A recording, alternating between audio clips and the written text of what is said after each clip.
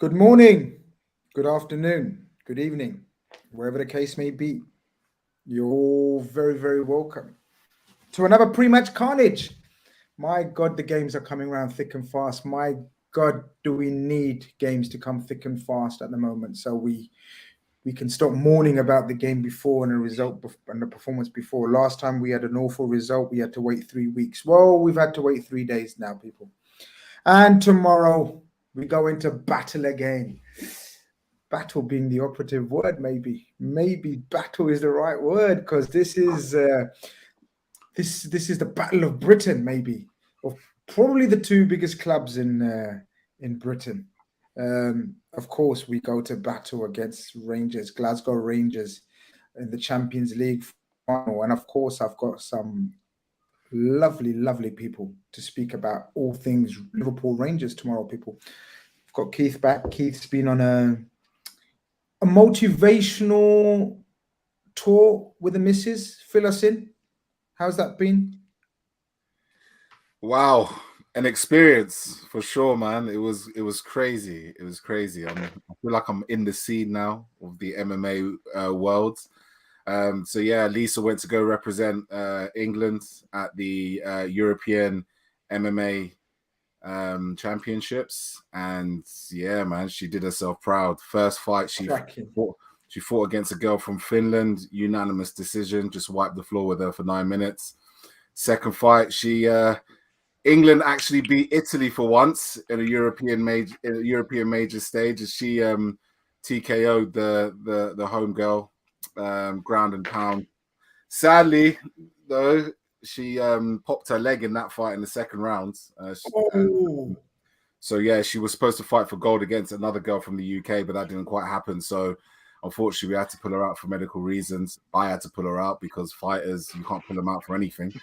So that was pretty sad. And then, funny enough, once we made that announcement, a couple of hours later, I put my phone on to watch the football, and was dealt with more sporting heartbreak. So I haven't had a great sporting couple of days, shall we say, to say the least. But, you know, Lisa Zimmo, watch out for her in the featherweight and lightweight women's division. She's going to be a force to be reckoned with over the next couple of years for sure. Brilliant performance. No doubt. Amazing. Big up, Mrs. Cross, man. That is massive. Or any achievement to even reach those levels of professional sport is a massive kudos, man. So big up. At least we know who wears the trousers in that relationship now, son. You can't be effing about, son. Otherwise, she'll have you. I can tell you that now for a fact. But, so you want to be careful. Of course, we're joined by Ross Clark, wonderful Glasgow Rangers fan from Rangers Rebel. My friend, thank you very much for coming on, pal. Hope you're well. Very good. Thanks very much for having us to do a wee preview of tomorrow's, as you call it, battle. Well, do you remember the guys when Champions League used to be on TV, right? Normal TV, what I meant. And they always used to call it the Battle of Britain. Do you remember the Leeds Rangers game, wasn't it? There was a time. Leeds Rangers, Liverpool Celtic a couple of times. It was always dubbed Battle of Britain, right? And it's just stuck in my brain, even though they shouldn't really say that in this day and age, like Battle of Britain. It's like over a game of footy. Do you know what I mean? But you know, we'll get into it all. I suppose, Keith, just very quickly before we get into all things Rangers, which is going to be the major chat around Rangers, because we would love to be informed about Rangers.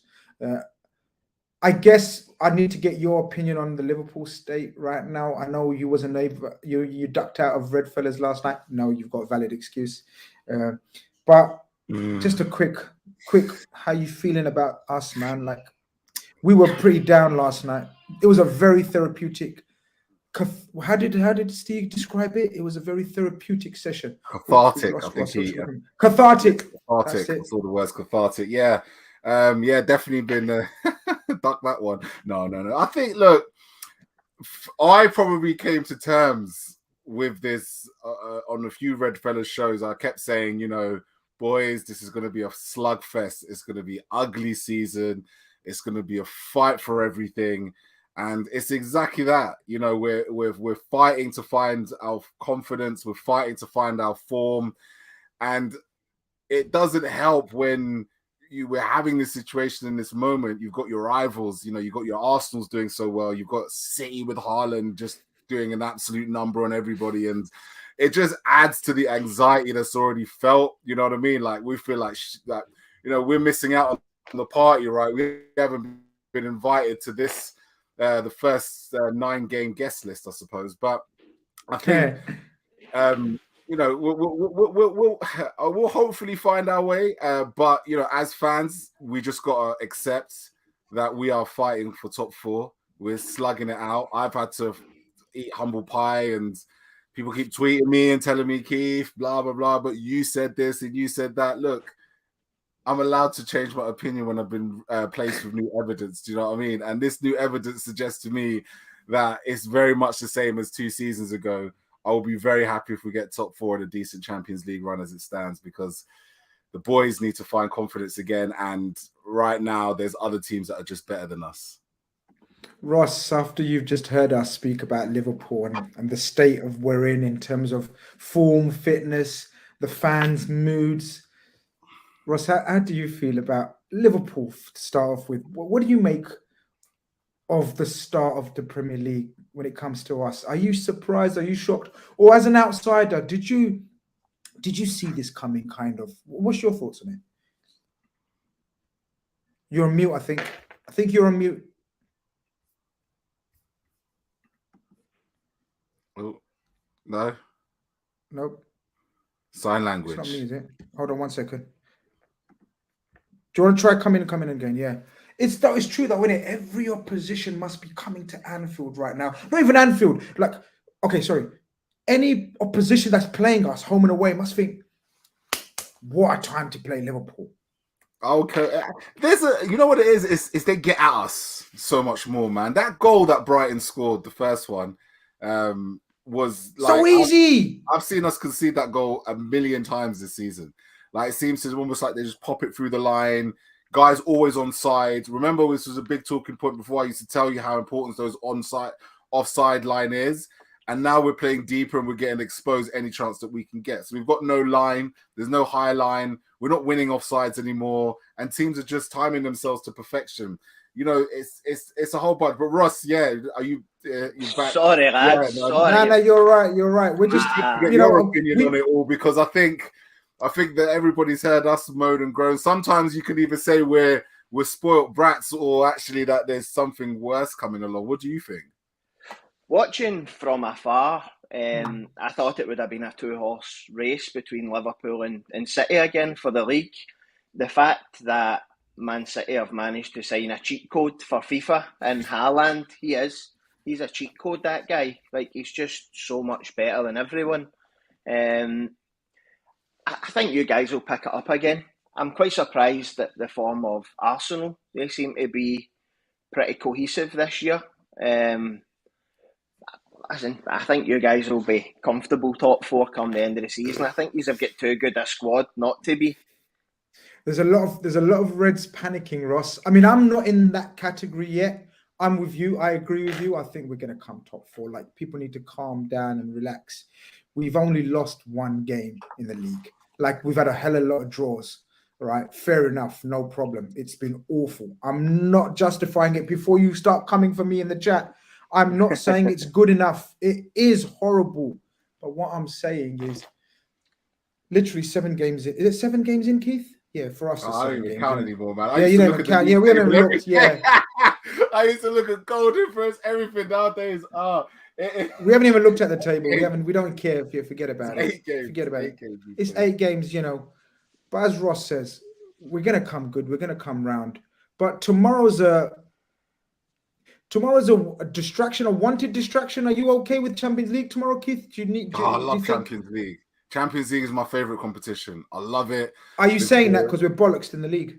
Nah, it's a useful distraction in one sense, but in another sense, like, Champions League for me on a personal level gives me chills. When that music is going on, when they're waving the flag, when they're doing all that, all that stuff that, sometimes we say is over exaggerate with UEFA. That's the one thing they get so right, is that kind of build up and feed into the Champions League. So for me, the fact that we're in it, thank God, we're in it because it's allowed us to have a nice distraction.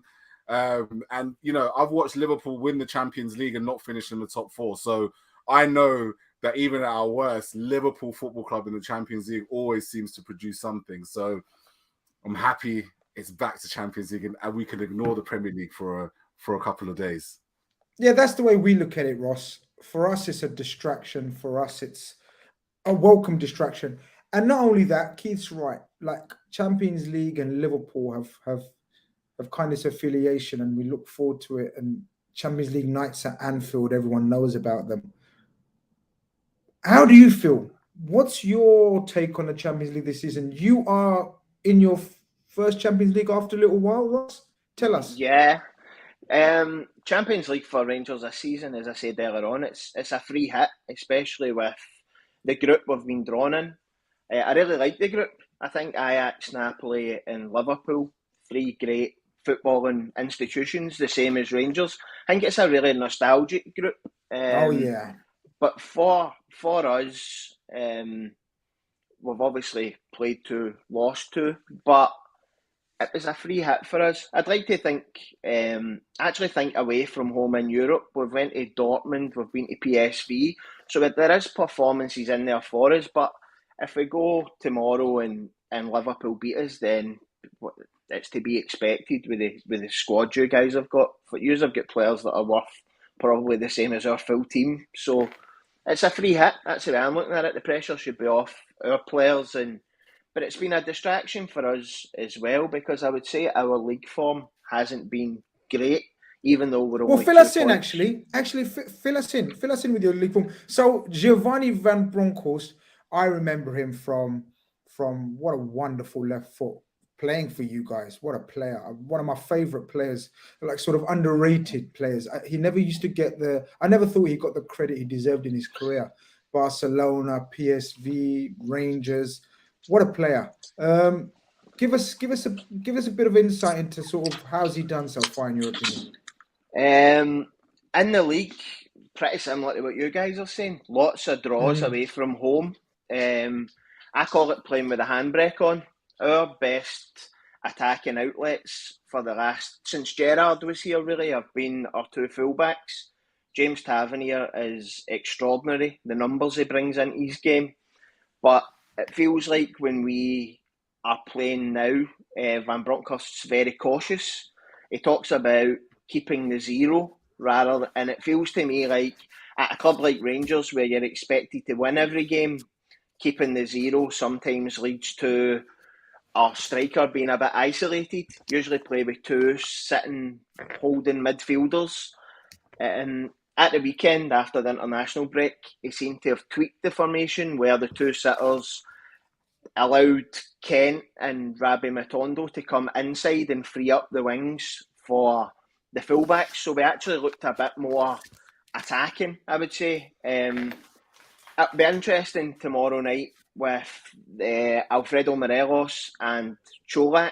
So we signed a striker from Croatia, Antonio Čolak. He scored 11 goals in his first 14 games.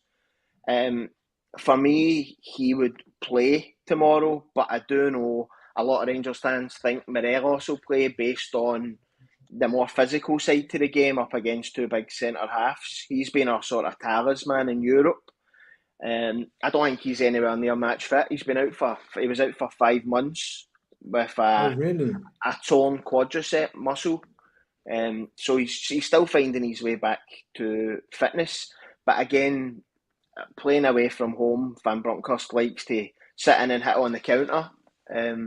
Looking at tomorrow's game, I think Ryan Kent could have a bit of joy against Trent based on his recent form. I don't think he's been great, what I've seen. So hopefully Ryan Kent will have a good night and you boys will have another bad night, sorry. Right now, mate, Ross, me and you would have a good day against Trent. Let me tell you that. It's that level, me and you. But am I here? Can you hear me? Yeah. Sorry. Yeah. My reception's going off a bit. But yeah, Keith, what do you know about Giovanni Van Bronckhorst? Was he one of your players that you used to look at and think culture left for gone into management? He's one of these Dutch ex-players. So many of them now have gone into management. He's making a fist of it at Rangers. Did he directly take over Steven Gerrard, Ross? Yeah. So Gerrard, yeah, he was the one that took to take the Villa job, and so Van Bronckhorst's been in for maybe 15 months or something at this point. And I think the problem with him is when we got a Dutch manager, we thought we were going to get someone who was going to play football the way Ajax play football, and instead we've got someone who plays kind of like Louis van Gaal at Man U, that sort of possession-based, side-to-side passing, not much penetration. As I say, keep the zero, that's his motto. If you don't lose a goal, you don't lose the game. He would rather draw than go out. Guys, I'm just going to go on mute. I think one of my daughter's toys has just gone off and it's talking more sense than us at the moment. Just give me 2 minutes. I'll be back. Keith? Yeah. No, for me, Van Bronckhorst was an interesting signing. I think the fact that the Dutch give so much back to football is such a good thing to see. And I think, the fact that a lot of them become managers, become coaches, directors of football, they give that knowledge back to the game. That's a bit different to maybe some of the ways that British ex-footballers give back to the game. They give back to the more entertainment way, content-wise. They're on our TV screens and stuff like that. So seeing Van Bronckhorst go into management is just another, like, you have to respect the Dutch for and the ex-Dutch players of recent times for wanting to give back to football. It's really interesting you say that Van Bronckhorst has got that different style, because I always do think fans kind of see certain names, certain ex-players, and think that things are going to be like what they how saw they played it on the pitch. Yeah, so many managers are not. So many managers don't coach like they play. Did it? It's true, isn't it? They hold it back, and really interesting to hear that he's going to be rigid. I actually think, for once, that approach could be his downfall if Liverpool can get an early goal. Yep. Where actually I think what he should do is maybe what you alluded to before, which is how he played, I'm guessing, against Hearts when you guys won 4-0 and he was much more attacking in that sense. I think first 10, 15 minutes with this current Liverpool side, you try and attack them and create a lot of noise and energy in front of the defenders in the final third, in your final third, rather than sitting back and allowing and trying to catch us on the counter like you normally do. Because normally Liverpool, that's how they get caught on the break. Players get pushed offside because they're so far forward. But currently, there's even an argument to suggest that teams go at them because everybody is under a cloud of anxiety and uncertainty and nervousness. And when human beings are like that, then they don't act in that 1% in football at this level. Doesn't matter the fact that maybe Rangers do have only, their whole squad is the same as Mo Salah's contract. That means nothing if they're playing Champions League football. They're professionals, and professional footballers on their day can really make something out of it. This is what makes tomorrow was really interesting. It could either be a Bournemouth situation where you decide to play a bit more conservative and Liverpool just pick it off, or it could very much be a situation like what we just had last weekend, where Brighton just went at us. Do you know what I mean? They went at us. They made sure that ball was in outside of the pitch instead of waiting for it and waiting to win it back in theirs, and caused us so much problems. So that for me is kind of how I see the Rangers. Actually, Giovanni Van Bronckhorst being the Hearts version is probably to his benefit. Ross, I want to ask you, because we've been suffering from like third man runs from midfield. Like, how has he changed the setup from Stevie? Because I'm assuming, and please forgive me for not doing my research and homework, I'm so sorry, but I'm guessing, did Stevie play 4 at the back, and has he changed this? And then has he changed the formation basically? Stevie Gerrard played 4-3-3. Mm-hmm. You're two, similar to the way you guys play, but you're two forward thinking what you would call wingers were actually like inverted forwards. Kent used to cut in for one side, and whoever was playing on the right would cut in, and it left space up the flanks for the two wing backs. That was the way he played. Van Bronckhorst it's as if the two wing backs are playing with a harness on. Once they get to the halfway line, it's turn and pass it to someone. Two sitters. We signed a boy from Bayern Munich in the summer on loan, Malik Tillman, an American. He looks good, but for me, the best we've got at making those runs to break the lines for midfield's probably Scott Arfield, who was given a 1-year contract. He's getting on a bit now. He never had a great game at the weekend, and we've just found out today that Tom Lawrence, who we signed on a free from Derby, he's been given us that option. He scored 3 goals in 3 games early on in the season. He's now injured until after the World Cup. So that's a big blow for us as well, because he was really cementing that position as his own, I would say. We've got your lineup from the last game. Is this pretty much how he's been setting up for you guys? I don't know if you guys can see that clearly. Shall I make it bigger? Is that okay? No, it's fine. Yeah. So this was your last game against Hearts, I believe.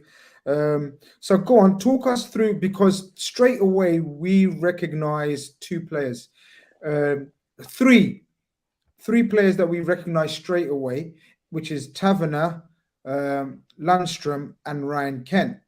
So You talk to us and tell us the pro. Okay, how many of these do you think will line up against us? So this isn't the Hearts game. This is before Hearts. Shit. Okay, sorry. In goals, he's confirmed today that Alan McGregor is his number 1 goalkeeper again. So he looked as if he was away at the end of last season. He'll be 41 coming up in December, I'm sure. And I think age has caught up with him a bit, to be honest. You'll have James Tavernier, who'll play right back. You'll have Connor Goldson, who plays every minute of every game. Left centre half at the weekend was Ben Davies, who we signed from your good selves, and he looked very good, very composed at the weekend. He got booked after maybe half an hour, and he was substituted off at half time. Van Bronckhorst did say that was purely because he was on a yellow card and because we were winning 2-0 at that point, so he should be fit. So I'd expect a back 4 of Tavernier, Goldson, Ben Davies, and Barisic. Ryan Jack and Lundstrom, both sitting, are cracking players on their game. Ryan Jack went off at half time as well. He looked as if he'd picked up a knock. There we go. I think this is the right one. Sorry. Okay. Yeah. So you're saying our boy, who we actually, Keith, very much didn't know if he existed or not in terms of Ben Davies. We actually never saw him in a shirt playing for us. Talk to us. How's he been? He's not played much. He's been injured, of course, like he was for majority of his time at Liverpool. But from the little that you've seen, what are you saying? He played a bit of a game, then he was out injured. So Saturday was the first time we had seen him really in a proper match, I would say, with full fitness. Mm-hmm. The 45 minutes he played, I thought he was excellent, commanding. As you've seen in the before lineup you had there, we've been playing a young American boy, James Sands, at left centre half, because we've been decimated with injuries at centre half, to be honest. Ben Davies gave that natural balance, I would say. And then you've got Borna Barisic there on the left, who has a wand of a left foot. But for me, he's a confidence player. And at the moment, I would say his confidence seems low. So you'll see him, he'll run up, he'll get to the halfway line, and then he'll pass back into Lundstrom. He's not taking a man on at all. Ahead of them is well, we're very good. As I say, I think Jack picked up an injury on Saturday, and he is quite injury prone. When he gets injured, it's usually 3 months rather than 3 weeks, to be honest. How would you describe him? What kind of player is he? He's a ball-winning midfielder. Gets it. He's not fancy. Doesn't do anything that stands out, but he gets about the park. If Tavernier and Barisic both get forward, he very naturally covers a lot of the grass. He's a workhorse, as is Lundstrom, who obviously I take it you all know, being the Silky Scouser. He Yep. is. He does the same. So at first, the way Van Bronckhorst was playing with Barisic and Tavernier not going forward as much, the two of them were taking up each other's space. Whereas at Hearts at the weekend, with the two wing-backs getting forward, both of them were covering in the back line. Lundstrom actually set up one of the goals by playing a 60-yard pass from Ben Davies' position out to Matondo, who then played a ball through to Cholak. So I think if Ryan Jack doesn't make it, I think you'll find Steve Davis will play in there. So he's another old experienced, very old experienced pro. He's still playing. Look at that! Wow, still about, you know. I was literally going to ask Ross, is that the Steve Davis that we remember from years ago? So Steve Davis and Alan McGregor both last year played in the Europa League final, and they also played for Rangers in the 2008 UEFA Cup final. Wow, that's right. Wow, in Manchester, yeah. I think actually Stephen Davis is still actually playing international football as well for Northern Ireland. So he is a year older than 36-year-old James Milner. That era. Wow. Them guys are still 37, right? And James so are we saying, what are the chances in terms of what are the reliable journalists, etc., saying about Jack? Will he make it? Any sign of him in training today? Any news in the press conference? I'm actually not sure. I've not even seen the press conference, to be honest, because obviously JD was meant to be coming on and he stood G's up. So that was a last-minute substitution.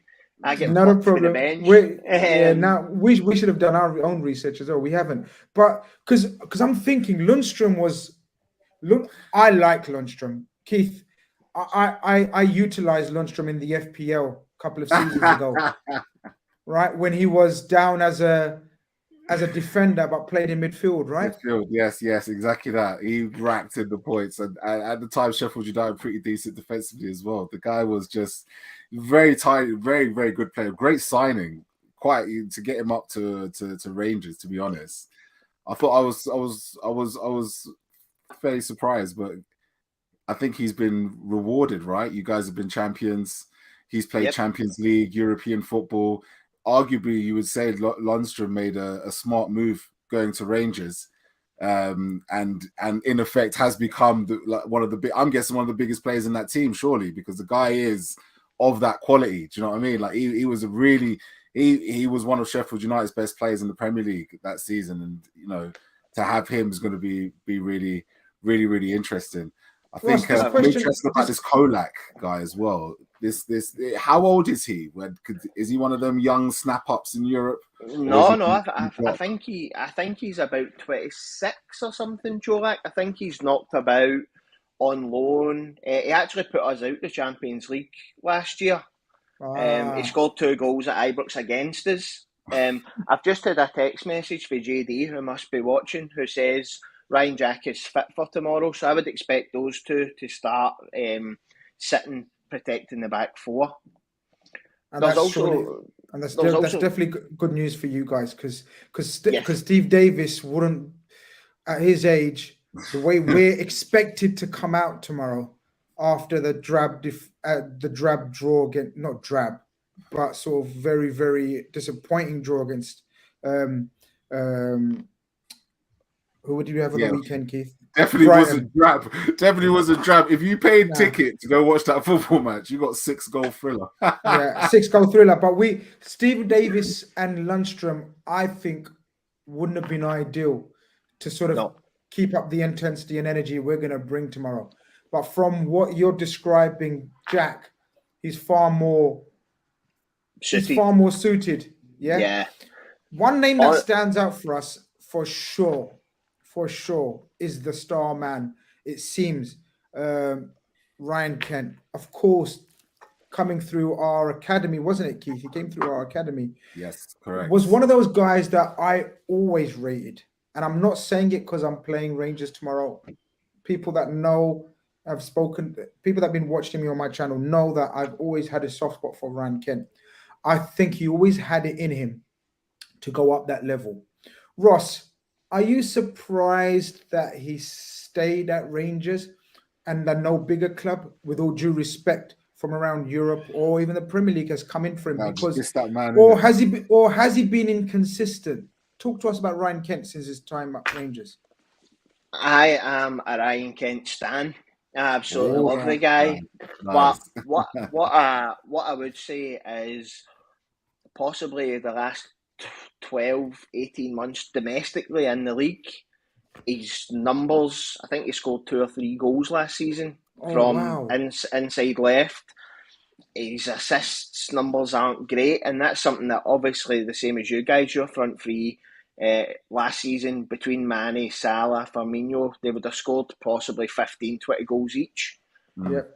Kent's not offering us those kind of numbers. At the weekend, he assisted the first goal and scored the last goal, but in Europe, he absolutely tore Dortmund apart last year, and hopefully he's out of contract in the summer.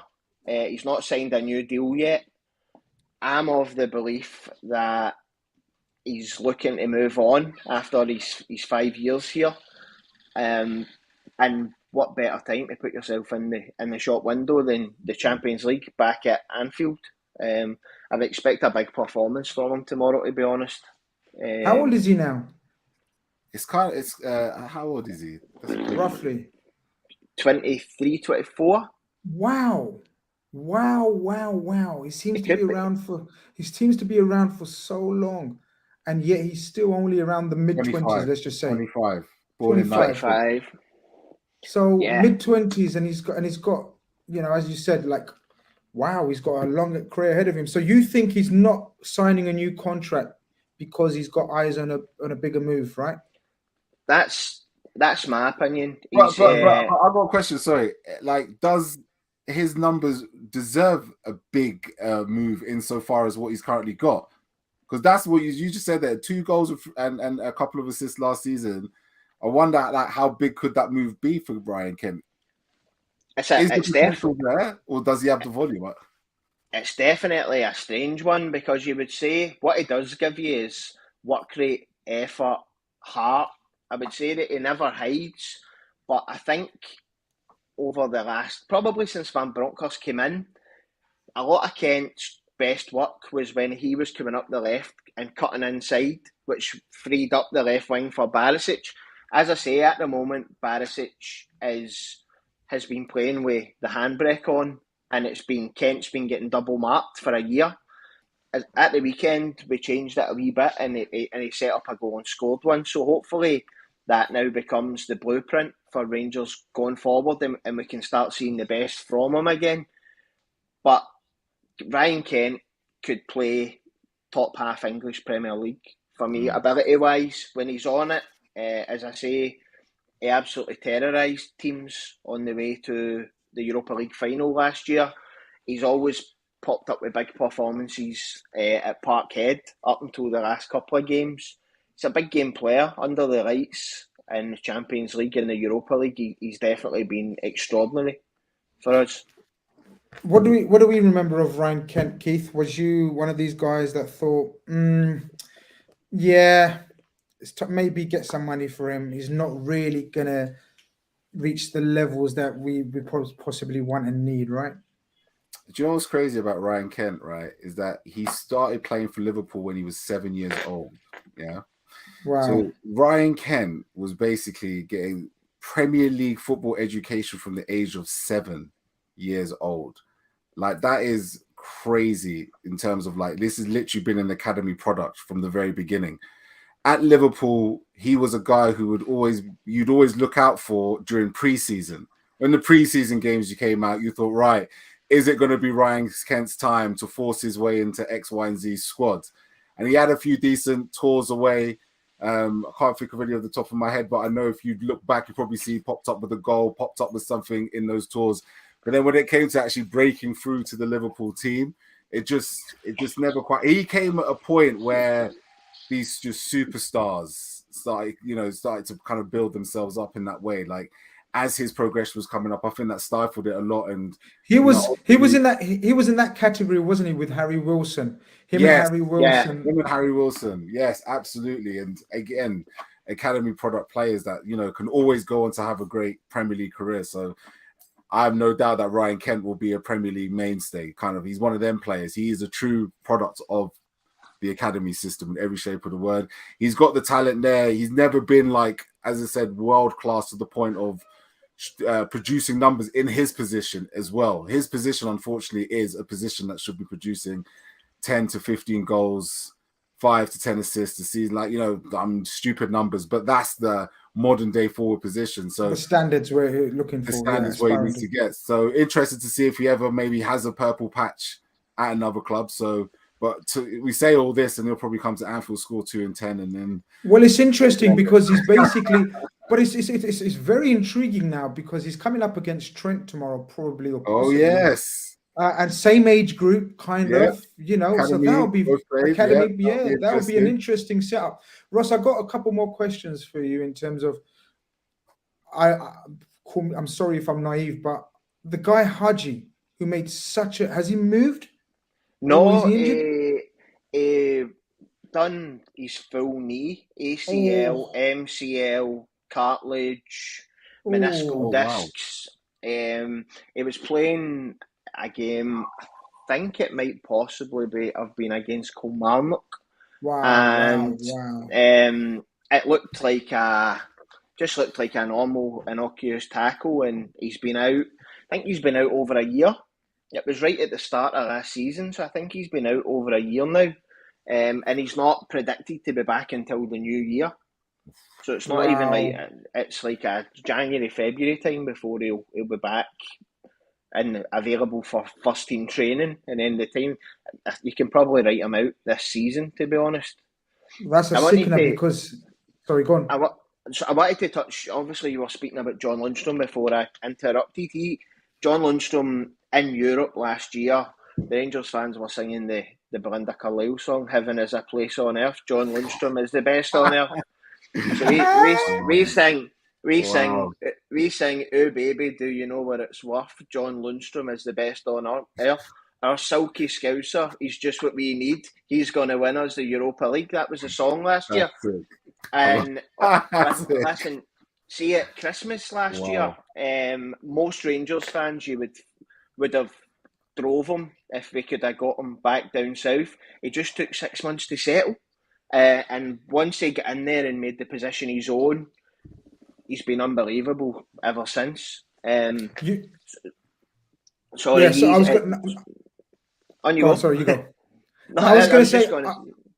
was going to say another name missing from two names. One I can see on the subs bench, Morelos, of course, made a lot of noise in terms of rated. Like a lot of people were looking at him, a lot of teams in the Premier League. And of course, Aribo's no longer with you guys as well. He's moved to Southampton, didn't he? Who's taken Aribo's place in the team? Is it this fella Matondo? Aribo used to play where Anfield was playing at the weekend, in that hole behind the striker. Right. Matondo has right wing or inside forward on the right, as I would describe it. We've not filled that position for probably 6 years. We used to have a player called Daniel Candeas when we were in the lower leagues, and he was probably the last proper right winger we had. We've signed Matondo. We signed him from Schalke in the summer, and I think we paid north of £3 million for him, which, although that's a drop in the ocean to you guys, that's a lot of money to us. No, that is, you're right, yeah.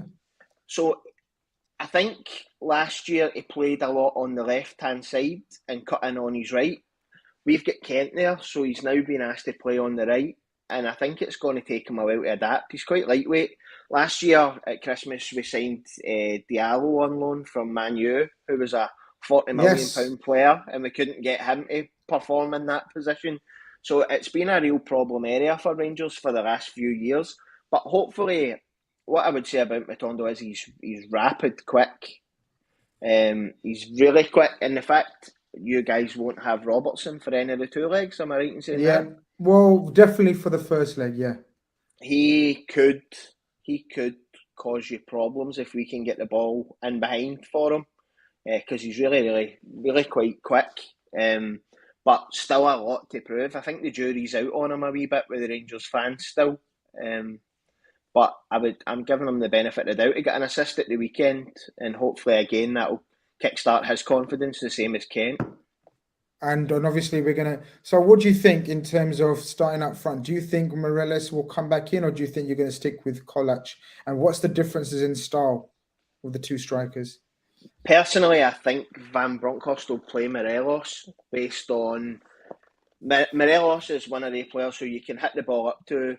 He's got a big massive arse. He'll just stick his arse in, and you need to foul him to get to the ball. What I would say about Morelos is, personally, I don't trust him. He gets caught up. He's got that fiery South American red mist that comes down every now and again.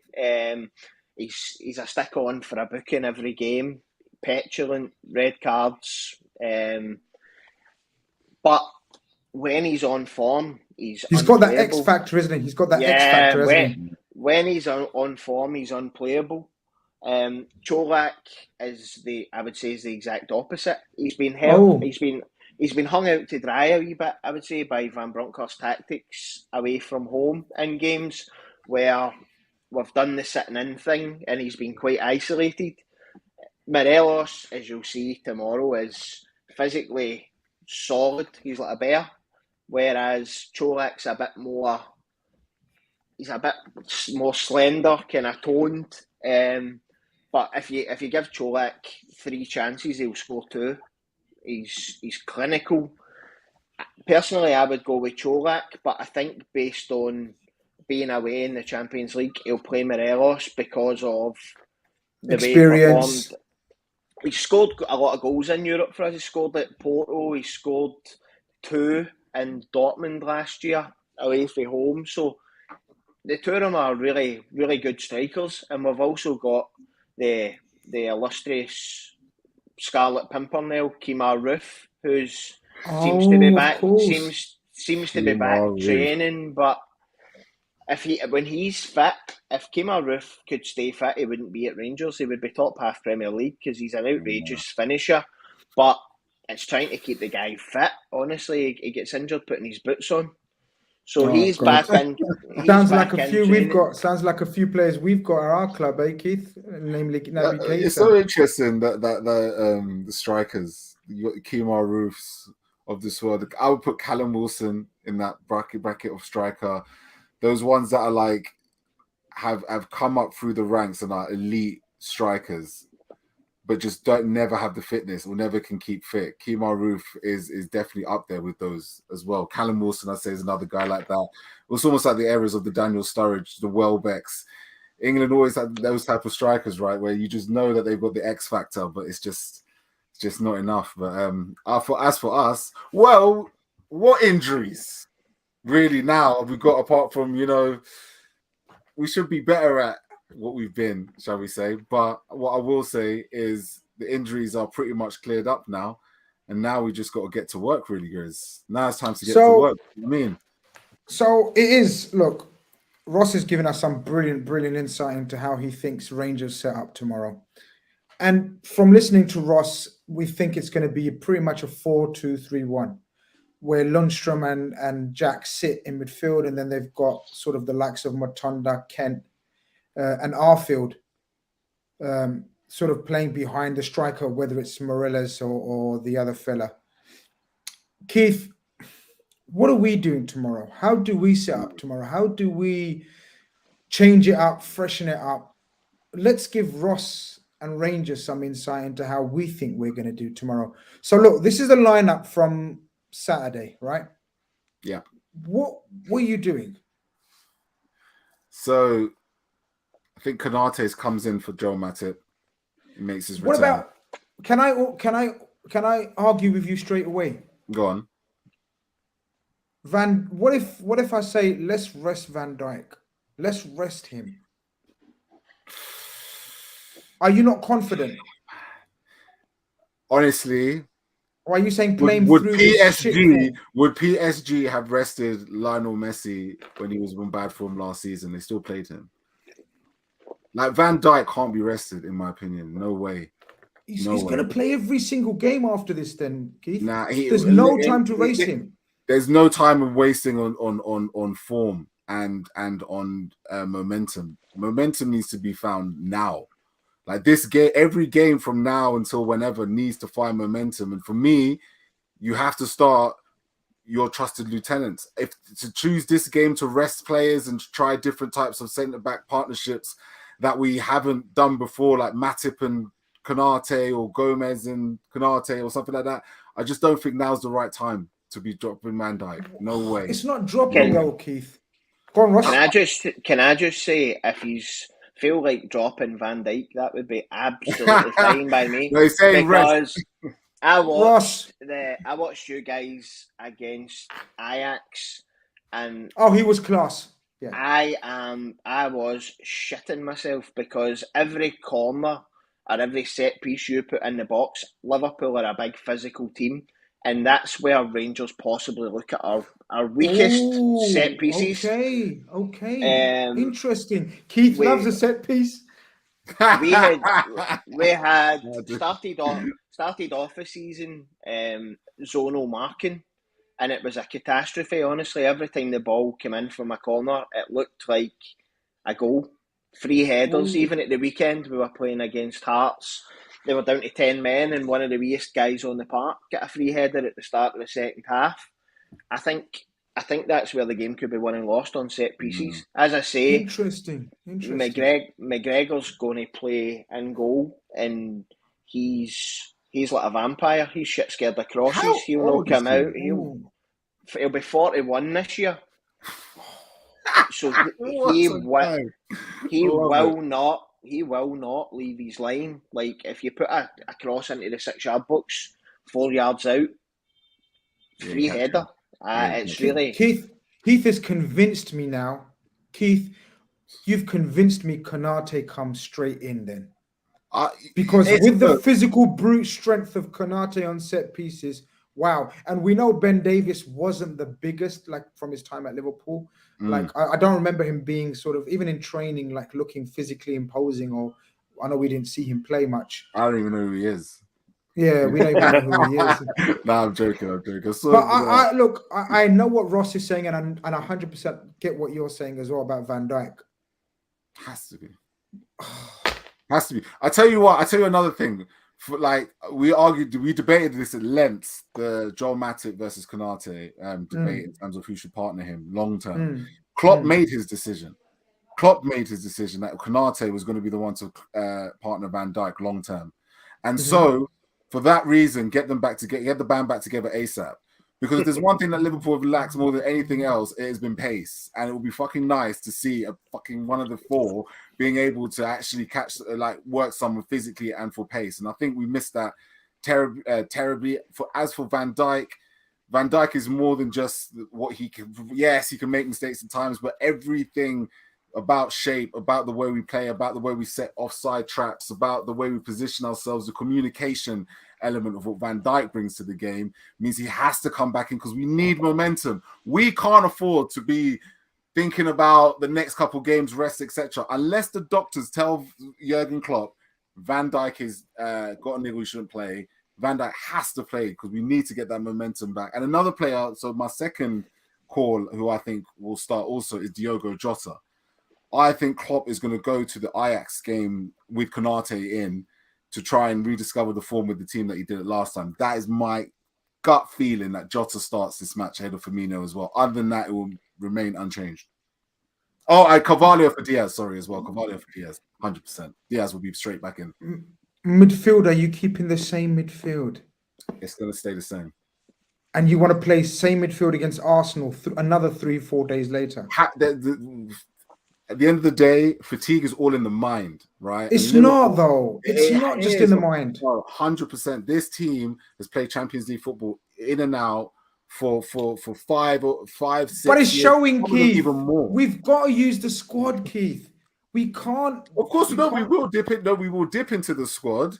But right now, these players need to find the momentum and find form, and there's no time to be sitting like rotating. Like Klopp has to find his best 11, and he has to play his best 11 week in, week out for the entirety of October as much as possible, unless someone picks up a niggle or unless he wants to make tactical changes. Other than that, Ross, today's going to be the first.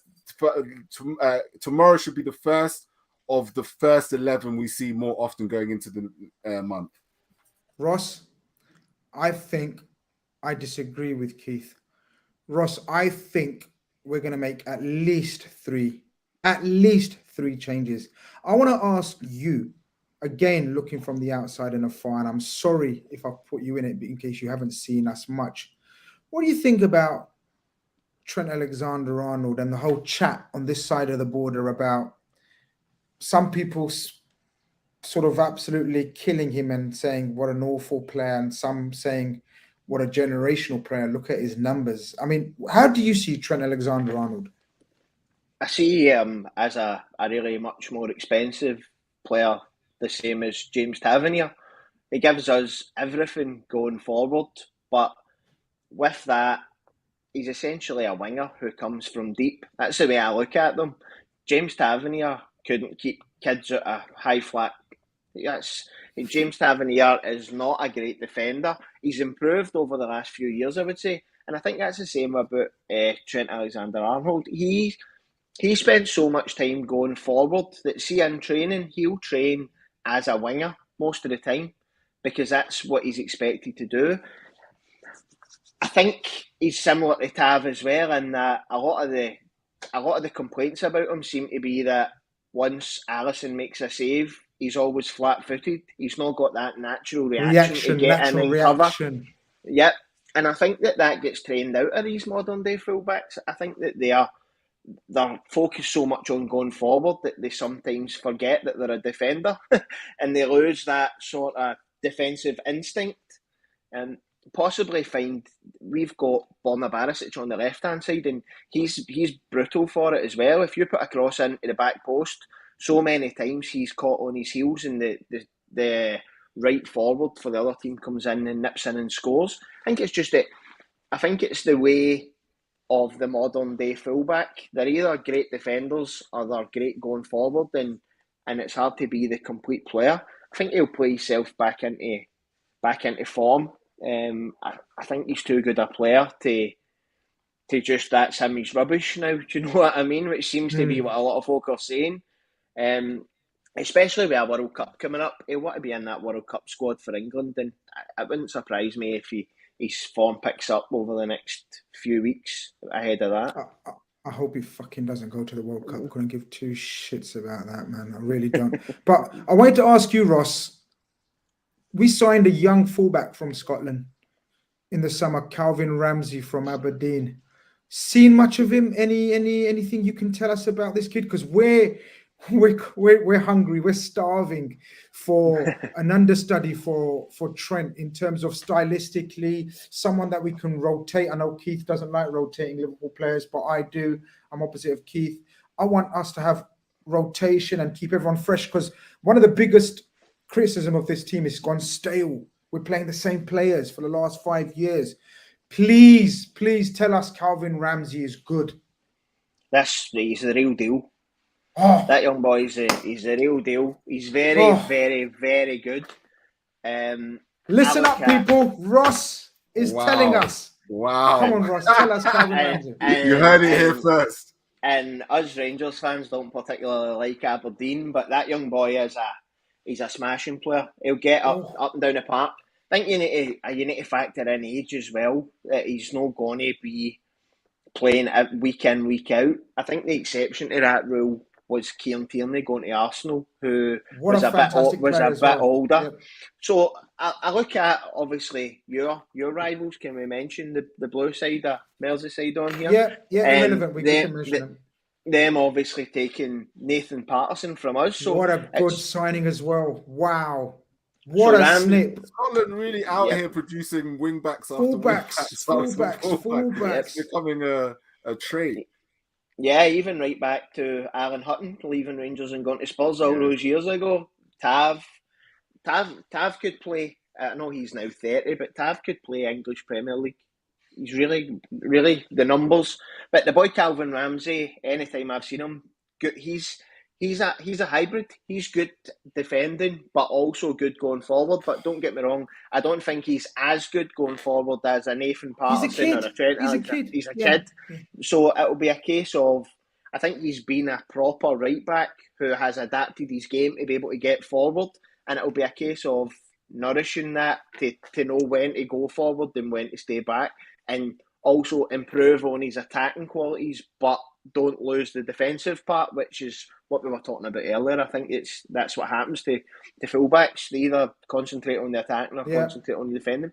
But did you just pay 8 million for him or something? Yeah. He's a snip. He's a snip at 8 million, that boy. Very good player. Wow, Keith. I was speaking to some coaches from Aberdeen, and they were telling me he trained with them over the summer. Forgive me, guys. I completely forgot your name, but shout out the guys.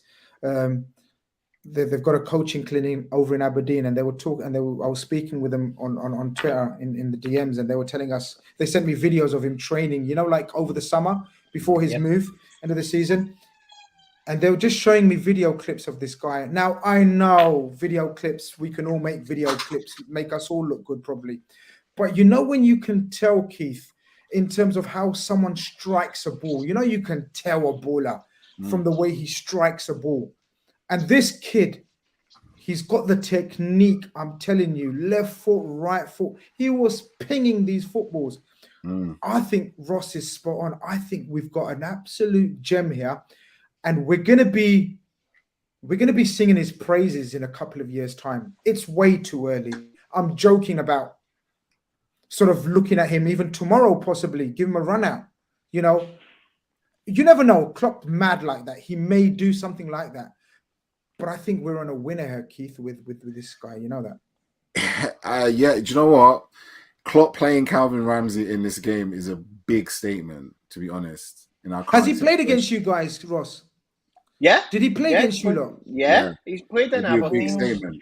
It'll be a big statement to play him in this match, honestly. And I have seen clips and stuff like that from his time at his previous club. But to know whether he's going to be the understudy to Trent Alexander-Arnold is going to be a fascinating watch if Liverpool have put their chips on this boy. So based on what you're saying, Ross, these guys probably also said in the background in the numbers room, like, shit, we're sneakily getting a hell of a player here by the sounds of it. Yep. So that's what makes it exciting. And British fullbacks tend to be very, very good for coming from that position. There's some snips out there that you've seen in recent times.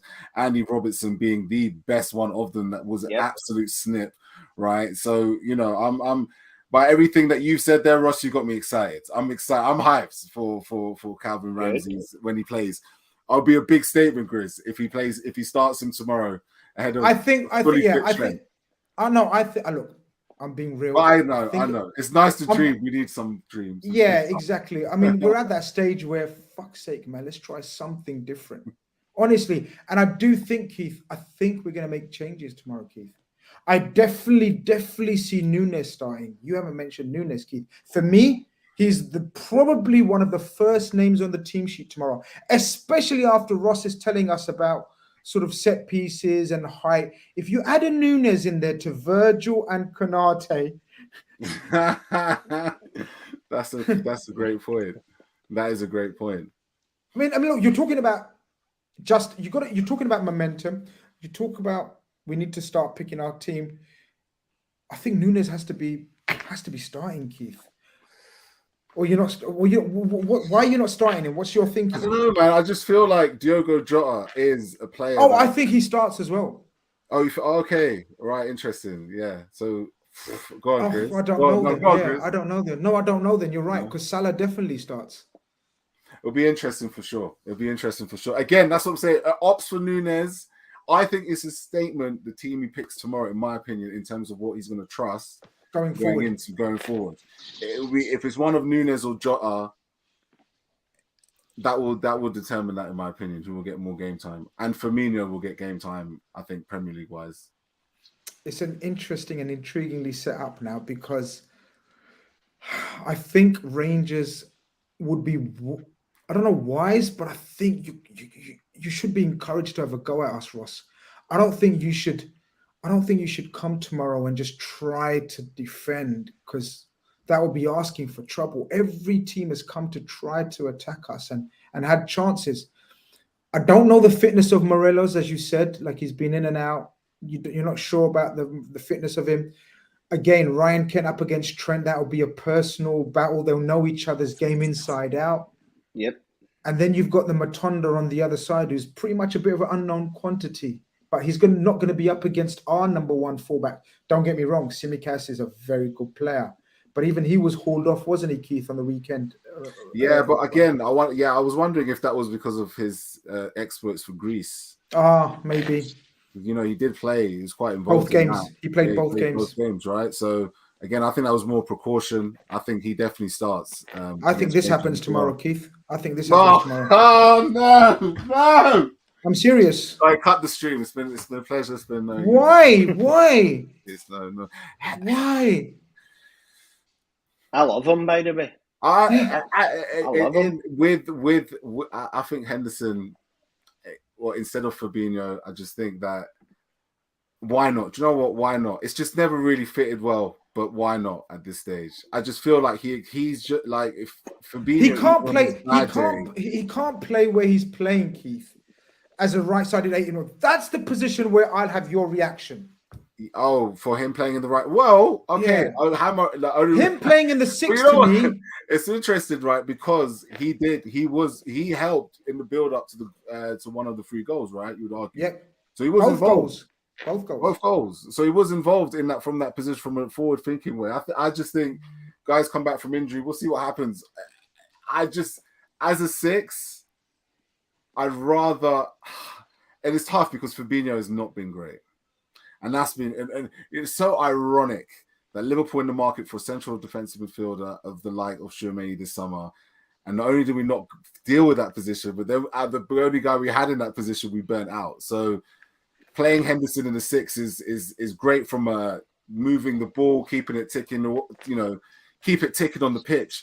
But when it comes to defensive work, again, you say about Alexander-Arnold and right back not having that defensive reaction, Henderson doesn't have it in the midfield either. In a 6, he really doesn't. He leaves a lot of space. It's really awkward watching him in that position, man. I don't know. I have no idea. Normally, I have an idea about the lineup tomorrow, and I'm pretty confident.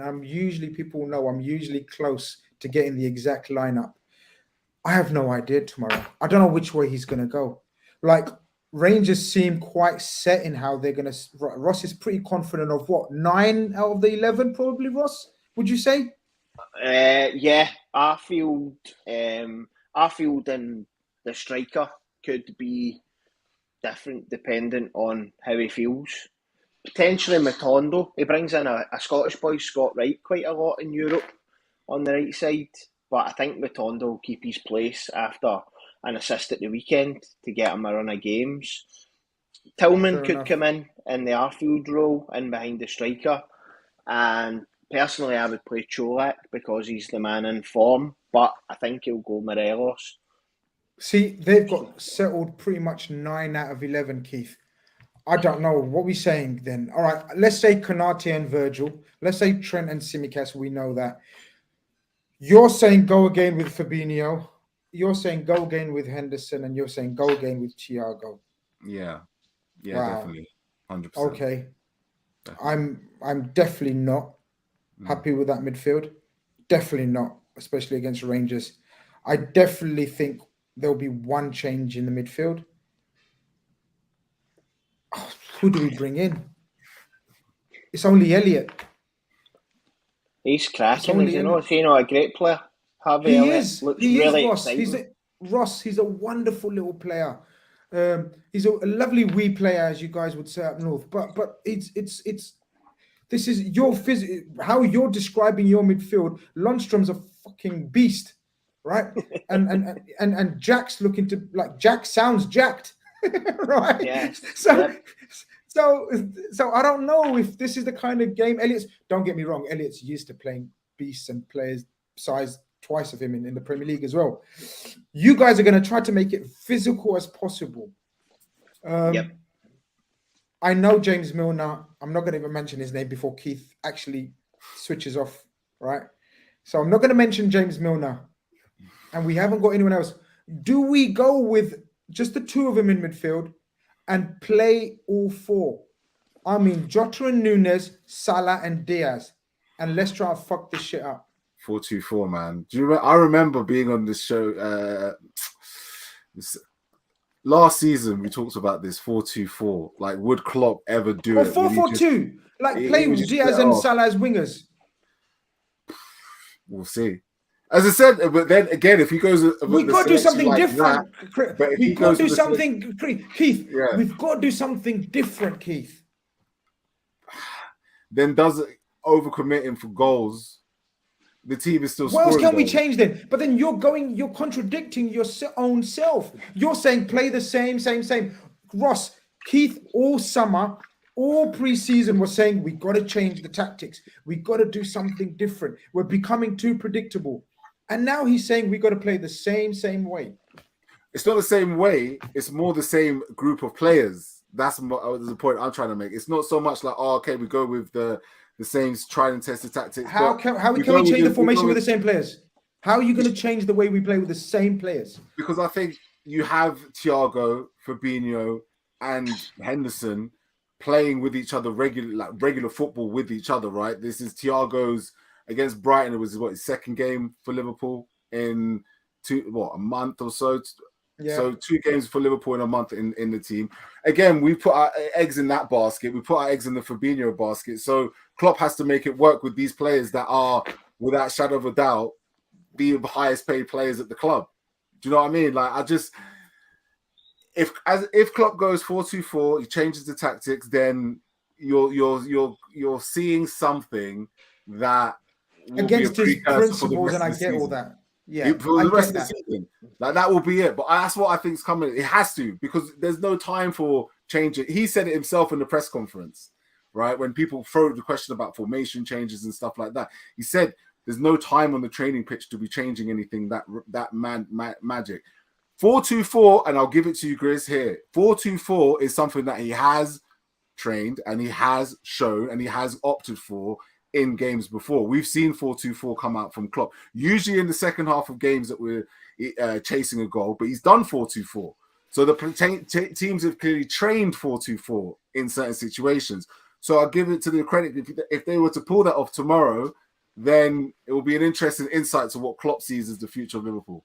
Disclaimer, I don't think we're going to play it. I'm just thinking out loud. I want us to play it before people say, Grizz said we're going to play 4-2-4. He's a fraud. Fuck's sake, I'm just thinking out loud, people. Ross, give us a prediction, man. Let's see. Let's call it here, mate. How do you think it's going to go tomorrow then, sir? 2 each.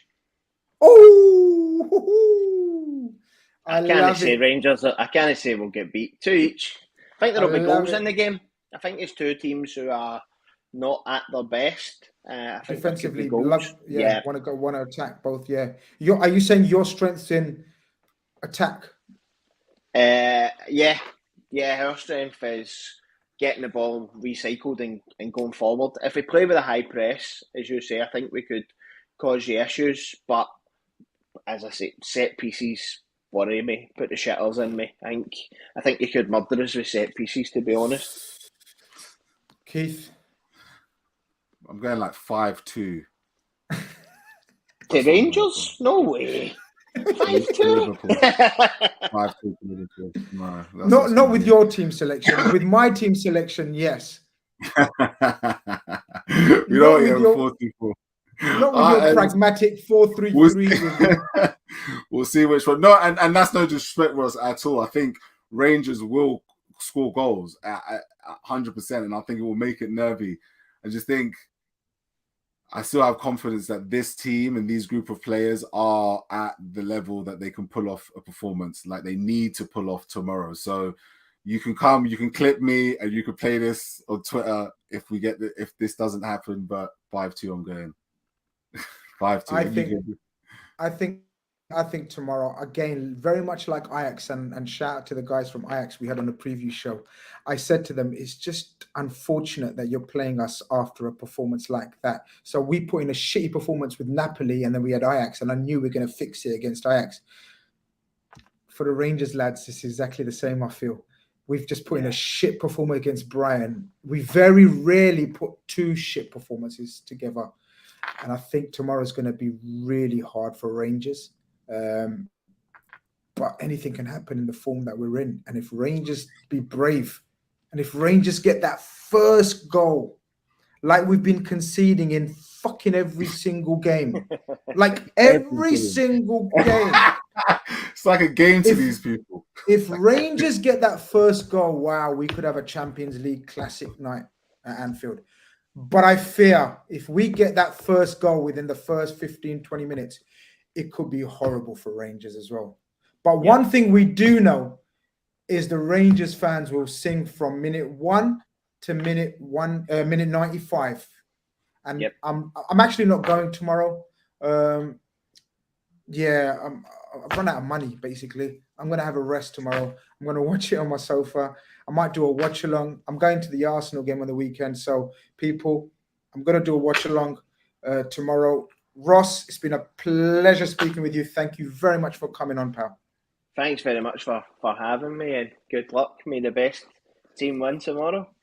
Absolutely. Well said, sir. Well said, sir. Keith, I hope we don't fucking play your 4-3-3. Otherwise, I'm coming for you in the post-match show. You're the problem. You're the voice of the fans. You're not demanding change. You're not asking for evolution. You're not asking for different tactics. It's you. You're the problem with Liverpool. I just want continuity. You know what I mean? There needs to be continuity. There needs to be an 11 that Klopp trusts. Hopefully, we'll see it tomorrow. Guys, this has been the Pre-Match Khanage show. Thank you very much for all the people in the chat. You've been amazing as usual. Hope to catch you soon. Take care of yourselves.